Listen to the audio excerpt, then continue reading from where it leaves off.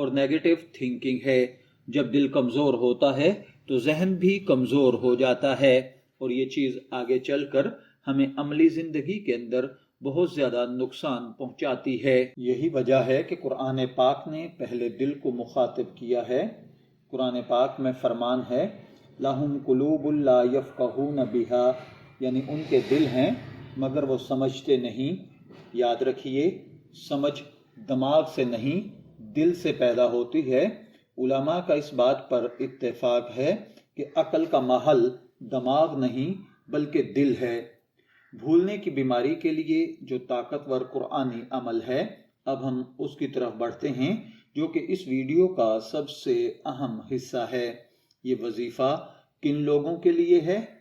ان بچوں کے لیے جن کو سبق یاد نہیں ہوتا، طلباء کے لیے، امتحان دینے والوں کے لیے، بڑوں کے لیے، بزرگوں کے لیے، ذہنی دباؤ کا شکار افراد کے لیے ہے۔ وظیفہ شروع کرنے سے پہلے چند باتوں کا ضروری احتیاط کے طور پر خیال رکھنا بہت اہم ہے۔ ڈیئر ویورز، وظیفہ تب اثر کرتا ہے جب نیت صاف ہو، یقین کامل ہو، صبر موجود ہو۔ وظائف کوئی جادو نہیں ہوتے، بلکہ اللہ تعالیٰ سے مانگنے کا قرآنی طریقہ ہوتے ہیں۔ بھولنے کی بیماری اور کمزور ذہن کا یہ مکمل وظیفہ، اس کے لیے وقت فجر کے بعد ہے یا عشاء کے بعد۔ اس کا طریقہ کار یہ ہے کہ آپ باوضو ہو کر قبلہ رخ بیٹھ جائیں، آنکھیں بند کر کے دل کو پرسکون کریں، اور اس کے بعد 3 مرتبہ، 5، 7، 9 یا 11 مرتبہ درود ابراہیمی یعنی نماز والا درود پاک پڑھیں۔ پھر اس کے بعد یہ آیت مبارکہ جو کہ سورہ نساء کی آیت نمبر 113 ہے، اس کو آپ نے 121 مرتبہ پڑھنا ہے۔ ہر مرتبہ دل میں یہ نیت رکھنی ہے، یا اللہ میرے ذہن کو کھول دے، میری یادداشت کو مضبوط فرما دے، مجھے بھولنے کی بیماری سے شفا عطا فرما دے۔ آخر میں پھر دوبارہ درود ابراہیمی پڑھنا ہے جتنی مرتبہ آپ نے پہلے پڑھا تھا۔ اس کے بعد دونوں ہاتھوں پر دم کریں، پیشانی، سر اور دل پر یہ ہاتھ پھیر لیں۔ وظیفے کی مدت کم از کم 21 دن ہے۔ اگر شدید کمزوری ہے یا ذہنی طور پر 21 دن میں بھی آپ کی یادداشت صحیح نہیں ہوتی، تو پھر یہ عمل آپ نے میکسیمم 40 دن تک کرنا ہے۔ اگر یہ وظیفہ بچہ خود نہیں کر سکتا، خود نہیں پڑھ سکتا، تو پھر اس کے والد یا والدہ یہ عمل کریں۔ آیت 41 مرتبہ پڑھیں اور پڑھ کر نماز فجر یا عشاء کے بعد پانی پر دم کریں، اور روزانہ صبح بچے کو وہ پانی پینے کے لیے دیں۔ پڑھائی سے پہلے پیشانی پر دم کریں، یعنی صبح جس وقت اس کے سکول یا مدرسے جانے کا وقت ہو تو اس کی پیشانی پر دم کریں۔ انشاءاللہ العزیز بچوں کا دل پڑھائی میں لگ جائے گا۔ اس عمل کی مدت بھی وہی 21 دن یا میکسیمم 40 دن ہے، اور اسی عمل کو سونے سے پہلے یادداشت مضبوط کرنے کے لیے بھی اپنایا جا سکتا ہے۔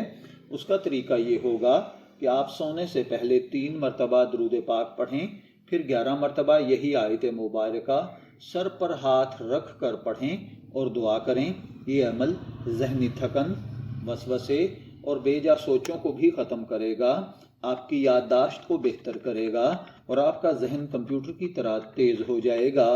اس عمل کی برکت سے انشاءاللہ العزیز آپ کو جو حیرت انگیز فوائد حاصل ہوں گے، ان میں یادداشت کی بہتری، پڑھا ہوا یاد رہنا، ذہن صاف اور ہلکا رہے گا، توجہ بڑھتی جائے گی، وسوسے کم ہوتے جائیں گے، ذہنی دباؤ ختم ہو جائے گا، دل کو سکون ملے گا، علم میں برکت حاصل ہوگی۔ ایک طالب علم جو بار بار فیل ہو رہا تھا، اس نے اس وظیفے کو پورے یقین سے شروع کیا۔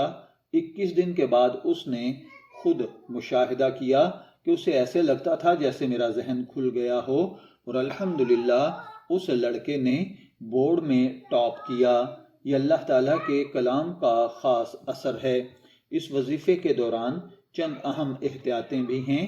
فضول موبائل استعمال نہ کریں، نیند پوری کریں، گناہوں سے بچیں، وظیفہ چھوڑ کر بار بار تبدیل نہ کریں۔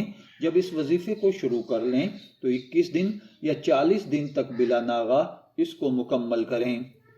ہاں، اگر خواتین کر رہی ہیں اور ان کا درمیان میں ناغہ آ جائے تو اس کا سمجھ لیں۔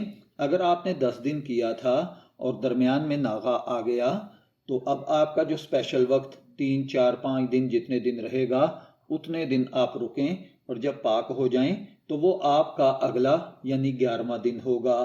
آخر میں دعا گو ہوں کہ اللہ تعالی ہمیں وہ علم عطا فرمائے جو نفع دینے والا ہو، ہماری یادداشت کو مضبوط فرمائے، ہمارے ذہنوں کو نور سے بھر دے، ہمیں بھولنے کی بیماری سے شفا عطا فرمائے، اور ہمیں اپنے عظیم فضل سے اپنی زندگیوں کے اندر کامیابیوں سے نوازے۔ آمین یا رب العالمین۔